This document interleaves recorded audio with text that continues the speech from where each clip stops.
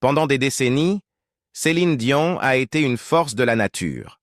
250 millions d'albums vendus, 2 résidences à Las Vegas qui ont redéfini le spectacle vivant, une ligne de parfums ayant généré près d'1 milliard de dollars et des tournées mondiales remplissant des arènes aux 4 coins du globe.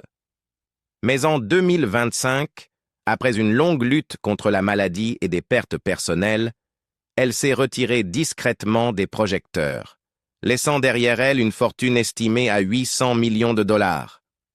On pourrait penser qu'un tel succès apporte la paix. Au contraire, il a laissé sa famille bouleversée et parfois divisée, car chaque dollar avait un prix.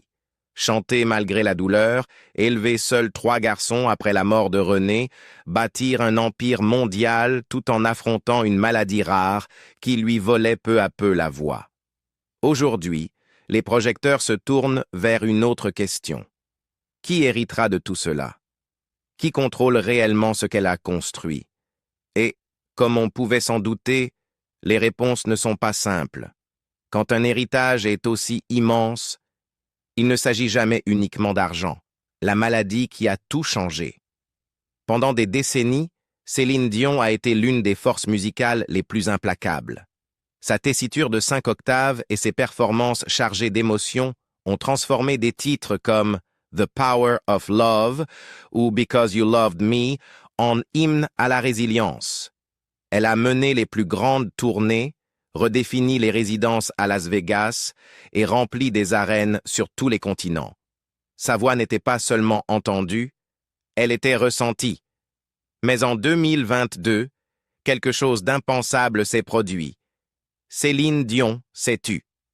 Les signes étaient là depuis des années, masqués par sa posture habituelle et sa détermination.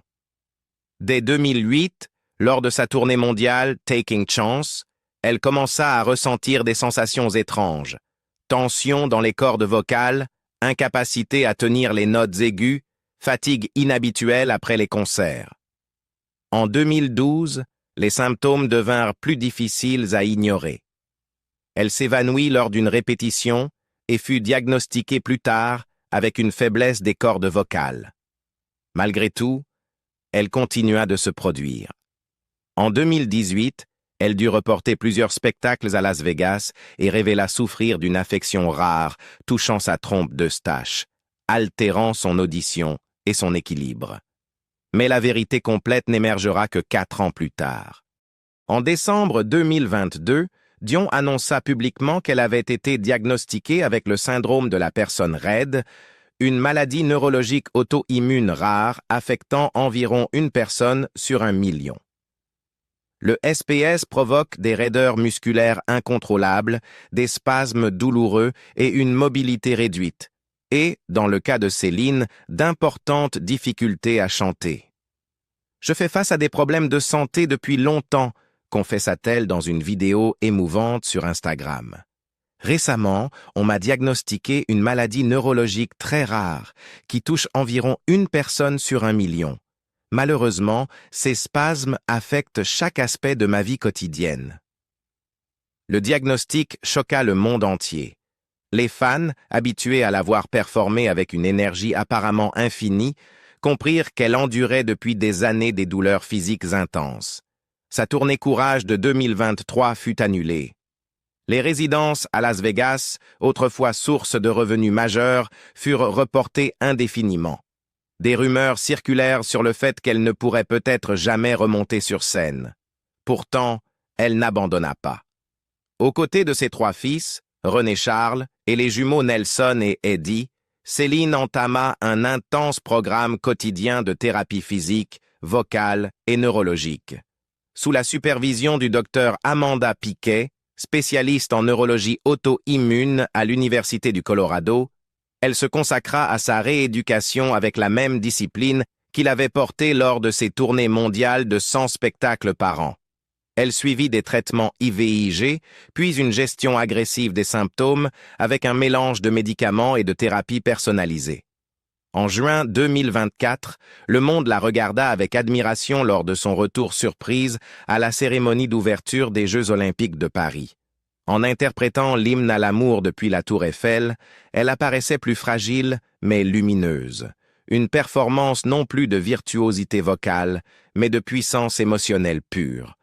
Pour une femme dont la voix avait autrefois brisé des vers et ému des millions, il s'agissait désormais de survie, de courage et de grâce. Ce retour n'était pas seulement symbolique. Céline Dion se battait toujours, non seulement pour chanter à nouveau, mais pour vivre pleinement. Et le monde l'écoutait. De ses débuts modestes à la scène mondiale. Céline Marie, Claudette Dion, est née en 1968 à Charlemagne, une petite ville située à environ 30 km au nord-est de Montréal. La plus jeune de 14 enfants dans une famille catholique pratiquante, l'arrivée de Céline survient dans un contexte de grande précarité financière. Ses parents, Thérèse et Adhémar Dion, tenaient un modeste piano-bar et faisaient tout leur possible pour tirer parti de ce qu'ils avaient. La famille Dion chantait en permanence, chansons folkloriques, ballades pop, harmonies transmises de génération en génération. Céline n'était encore qu'une petite fille lorsqu'elle commença à se joindre au chant. Sa mère, violoniste et compositrice, reconnut rapidement le don de sa plus jeune fille, qualifiant sa voix de pure et instinctivement émotionnelle, avant même qu'elle ne comprenne pleinement les paroles. À l'âge de 12 ans, Céline, avec l'aide de sa mère et de son frère Jacques, coécrit la chanson « Ce n'était qu'un rêve ». Son frère Michel enregistra la démo et l'envoya, sur un coup de tête, à René Angélil, ancien chanteur pop devenu manager. La bande était rudimentaire, la production minimale. Mais lorsqu'Angélil entendit la voix de Céline, il aurait fondu en larmes. Il y vit non seulement du talent, mais une destinée. Tellement convaincu de son potentiel, il hypothéqua sa propre maison pour financer son premier album, La Voix du Bon Dieu. Il devint à la fois manager, mentor et protecteur. Sous sa direction, Céline sortit toute une série d'albums francophones dans les années 1980, lui valant des récompenses au Canada, en France et au-delà. À 18 ans, elle avait déjà enregistré 9 albums. Le tournant survint en 1988, lorsqu'elle fut choisie pour représenter la Suisse au concours Eurovision de la chanson. Sa prestation puissante de Ne partez pas sans moi lui valut la victoire et surtout une visibilité à travers toute l'Europe. Mais cela ne suffisait pas pour une célébrité mondiale. Angélil savait que la prochaine étape devait être le marché anglophone, un pari risqué pour une adolescente franco-canadienne maîtrisant peu l'anglais.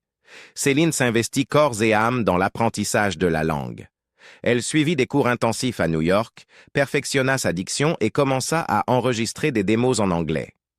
En 1990, elle sortit son premier album anglophone, Unisson, suivi de Céline Dion en 1992. Les deux eurent du succès, mais c'est Falling Into You en 1992-1996 qui la transforma en phénomène mondial, remportant 2 Grammy Awards, dont celui de l'album de l'année. Puis vint Titanic. Lorsque James Cameron lui proposa d'interpréter la chanson de générique du film en 1997, Céline hésita d'abord. Elle trouva la démo trop dramatique. Mais René la poussa à l'enregistrer. Le résultat, My Heart Will Go On, devint un symbole culturel. La chanson domina les charts mondiaux, se vendit à plus de 18 millions d'exemplaires et remporta un Oscar ainsi qu'un Grammy. Elle l'associa à jamais à l'un des films les plus emblématiques de l'histoire du cinéma et devint son morceau signature. Pourtant, malgré cette gloire fulgurante, Céline resta profondément attachée à ses racines. Elle attribuait souvent son succès à son éducation, à l'amour et au sacrifice de ses parents et de ses frères et sœurs. Sa relation avec René évolua en silence au fil des années. Bien qu'il ait 26 ans de plus qu'elle, leur lien grandit lentement et profondément. Ils commencèrent à se fréquenter en secret lorsqu'elle avait 19 ans, prenant soin de préserver leur romance du public jusqu'à ses 20 ans.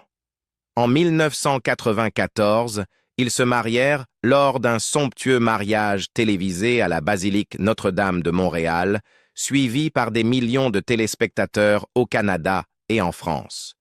René n'était pas seulement son mari, il était son guide émotionnel, son mentor spirituel et son pilier professionnel. Le chemin vers la parentalité fut semé d'embûches. Céline souffrit d'infertilité pendant des années et révéla plus tard avoir subi de multiples traitements de FIV avec des effets secondaires hormonaux et une grande fatigue émotionnelle.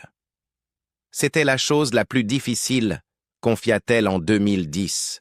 Pas seulement le processus physique, mais l'attente, le fait de ne pas savoir. En janvier 2001, après des années d'efforts, elle donna naissance à leur premier enfant, René Charles. Elle prit une pause de 2 ans pour se consacrer pleinement à sa maternité. Puis, en 2010, après une fausse couche déchirante et 6 nouvelles tentatives de FIV, elle donna naissance à des jumeaux, Nelson et Eddie, des hommages à Nelson Mandela et au compositeur français Eddie Marnay, producteur de ses premiers albums. Sa famille était enfin complète, mais les épreuves de Céline n'étaient pas terminées. En 2013, le cancer de la gorge de René réapparut avec une intensité dévastatrice. Pendant les 3 années suivantes, Céline mit sa carrière entre parenthèses, suspendant tournées et projets, pour devenir sa soignante à temps plein. Elle était présente à chaque rendez-vous médical, surveillait chaque repas, chaque dose de médicaments. La diva glamour que le monde admirait sur scène disparaissait à la maison, remplacée par une épouse qui apprenait à manipuler du matériel médical, qui dormait sur des chaises d'hôpital et qui murmurait des encouragements même lorsque sa propre force faiblissait. Elle décrivit plus tard ces années comme à la fois dévastatrices et sacrées. « Il voulait mourir dans mes bras », confia-t-elle au magazine People, et j'ai été honorée d'être là pour lui. Le 14 janvier 2016, René s'éteignit à l'âge de 73 ans. 2 jours plus tard, son frère Daniel succombait à son propre combat contre le cancer. En l'espace de 48 heures, Céline perdit son mari, son manager, son partenaire et son frère, 2 piliers essentiels de sa vie disparus en un instant. Le chagrin était suffocant, presque insurmontable. Pourtant, quelques semaines plus tard, elle monta sur scène à Las Vegas. Vêtue de noir, la voix brisée, elle s'adressa au public avant qu'une seule note ne soit jouée. « René a toujours insisté pour que le spectacle continue, » dit-elle en larmes. « Alors ce soir, le spectacle est pour lui. » La foule se leva, silencieuse, unie dans le deuil et l'admiration. À partir de cette nuit, chaque prestation prit un poids nouveau. Les chansons d'amour, les ballades puissantes, les saluts en rappel, ce n'était plus simplement du divertissement. C'étaient des actes de survie, des hommages à l'homme qui avait façonné sa vie, et des promesses tenues envers les enfants qu'ils avaient élevés ensemble. Comme elle le dit plus tard, « Il m'a tout donné, et maintenant, je donne tout pour nos enfants. » Ce fut le tournant où Céline Dion cessa de se produire simplement en superstar et commença à chanter en tant que veuve, mère et femme, portant à la fois une perte inimaginable et une résilience inébranlable. L'empire qu'elle a bâti. En 2025, la fortune de Céline Dion est estimée à 800 millions de dollars.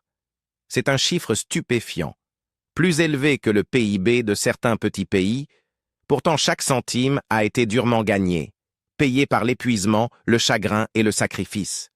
Ce n'est pas simplement une histoire de triomphe financier, c'est le prix d'une vie entière passée à donner plus qu'elle n'avait. Sa fortune ne provient pas uniquement des ventes d'albums. Oui, elle a vendu plus de 250 millions de disques, mais derrière cela se cachent des milliers d'heures de répétition, des mois sur les routes, et des années à se battre pour faire ses preuves dans une industrie dominée par les hommes. Le passage de chanteuse francophone du Québec à icône mondiale n'était pas seulement risqué, il était révolutionnaire. Et cela a porté ses fruits. Ses revenus de carrière, issus des albums seuls, sont estimés à plus de 250 millions de dollars. Puis vint Las Vegas. Lorsque Céline accepta de lancer une résidence au César Palace en 2003, les experts de l'industrie se moquèrent. un spectacle à Vegas, à l'époque, était considéré comme le cimetière de carrière des stars vieillissantes. Au lieu de cela, Céline renversa le récit. A New Day devint un phénomène culturel et rapporta 385 millions de dollars. Elle revint avec une deuxième résidence, Céline, qui rapporta 296 millions supplémentaires. Au total, ces résidences à Vegas ont généré plus de 680 millions de dollars et ont redéfini de manière permanente ce que pouvait être une résidence live. Mais derrière ces chiffres se trouvaient des milliers de nuits passées loin de ses enfants, revenant dans une suite d'hôtels pendant que le reste du monde dormait. Ces tournées mondiales, encore plus éprouvantes, ont rapporté un revenu brut total de 1,1 milliard de dollars, la plaçant parmi les artistes live les plus rentables de l'histoire. Mais cela s'est fait au prix de souffrances physiques que peu ont vues. Son équipe a admis plus tard qu'elle avait mené des tournées entières avec des spasmes musculaires, de l'insomnie et une douleur croissante dans le diaphragme et la colonne vertébrale, des symptômes précoces de la maladie neurologique qui menacerait plus tard toute sa carrière. Pourtant, elle offrait à chaque public le spectacle complet. Céline n'a jamais été du genre à annuler à la légère. En dehors de la musique, elle a construit un empire discret dans le monde des affaires. Sa ligne de parfums, Céline Dion Parfum, lancée en 2003, a dépassé toutes les attentes. Soutenue par Coty, elle a généré plus de 850 millions de dollars en vente au détail mondial. Les experts estiment qu'elle a personnellement gagné entre 50 et 75 millions de dollars en redevances grâce à cette entreprise uniquement. Elle est devenue une figure emblématique dans les publicités de L'Oréal et d'Air Canada, des contrats qui ont rapporté des dizaines de millions de plus. Ses biens immobiliers s'étendent sur plusieurs continents et reflètent les différentes phases de sa vie. La propriété en Floride, une maison futuriste en bord de mer avec un parc aquatique privé, a été construite avec René et les enfants en tête. Elle a été vendue en 2017 pour 38,5 millions de dollars, bien qu'elle ait été listée à 72 millions de dollars. Sa maison de Las Vegas, estimée entre 10 et 12 millions de dollars, est devenue un havre de paix pendant ses résidences, soigneusement conçu pour le confort et la discrétion. À Montréal, son domaine sur l'île Gagnon, estimé à 25 millions de dollars, reste l'une des maisons de célébrités les plus emblématiques du Canada. Et à Paris, elle conserve un appartement discret, un clin d'œil au public européen qui l'a adopté bien avant qu'Hollywood ne le fasse. Elle a également investi dans des projets de cœur comme Nichols Grill and Bar, une chaîne de restaurants décontractés qu'elle a cofondée au Québec, et Célinou Nounou, une ligne de vêtements pour enfants progressistes et non genrés. Aucun n'a généré des revenus comparables à ceux de Vegas, mais il portait l'empreinte de Céline. Elle n'a jamais oublié d'où elle venait, et elle n'a jamais laissé son empire s'éloigner de sa famille. Mais voici la vérité derrière la richesse. Rien de tout cela n'est venu sans douleur. Chaque dollar a été gagné en surpassant le chagrin, l'épuisement ou la maladie. Elle a enregistré des albums tout en suivant des traitements de FIV, s'est produite dans des arènes pleines quelques semaines après les funérailles de son mari, et a tourné des publicités tout en dissimulant les symptômes d'une maladie neurologique rare qui finirait par la retirer entièrement de la scène. Ses trois fils, René Charles, qui trace désormais sa propre voix dans la musique sous le nom de R.C. Angelil, et les jumeaux Nelson et Eddie, comprennent la vérité derrière les projecteurs d'une manière que peu d'autres comprendront jamais. Après la mort de leur père René en 2016, Céline est devenue à la fois l'encre et le moteur de la famille. Elle n'était pas seulement la voix sur scène, elle était les mains qui préparaient leur sac d'école, les bras qui les réconfortaient dans le deuil, et la présence qui ne les quittait jamais vraiment, même pendant les tournées mondiales. Ces garçons l'ont vu répéter jusqu'à ce que son corps tremble, pour ensuite rentrer dans la suite et leur préparer le dîner. Ils l'ont vu essuyer le maquillage de scène et les borders avec des berceuses, parfois chuchoter, lorsque sa voix était trop fragile pour chanter. Elle a dit un jour « Être maman est le plus grand rôle de ma vie. et ces mots n'étaient pas préparés pour des interviews. Ils étaient vécus, jour après jour, souvent dans la douleur, toujours avec un but. Céline n'a pas seulement gagné des millions, elle a acquis une stabilité. Elle a construit un héritage non seulement dans la musique, mais dans la maternité, en s'assurant que ses fils ne connaîtraient jamais la faim, l'incertitude ou la lente ascension semée d'embûches qu'elle a elle-même vécue en tant que benjamine d'une fratrie de 14 enfants dans une modeste maison à Charlemagne. Pour le monde extérieur, son empire pourrait se mesurer en dollars, en flacons de parfum et en disques de platine. Mais pour ses fils, il se mesure en souvenirs. Leur mère penchée sur les devoirs avec une bouillotte attachée au dos ou poussant à travers une séance photo tout en dissimulant les premiers symptômes de la maladie qui finirait par la réduire au silence. Ces 800 millions de dollars, ce n'est pas seulement ce que Céline Dion a gagné, c'est ce qu'elle a enduré. Même avec tout ce succès, tout cet argent, l'histoire de Céline Dion n'a jamais vraiment été une histoire de richesse. C'était une histoire d'amour. Amour pour la musique, pour sa famille, pour les êtres qu'elle a perdus et pour les garçons qu'elle élève seule. Cette fortune de 800 millions de dollars, ce ne sont pas seulement des chiffres dans une banque, c'est une vie entière de sacrifices, de dépassement de soi, d'efforts répétés là où il aurait été plus facile d'abandonner. Alors que va-t-il se passer maintenant? Qui héritera de cette immense fortune? Et qu'en feront-ils? Dites-nous ce que vous en pensez dans les commentaires. Si cette histoire vous a touché, mettez un j'aime, partagez-la avec un ami fan de Céline, et n'oubliez pas de vous abonner pour d'autres récits sur les vies derrière les légendes.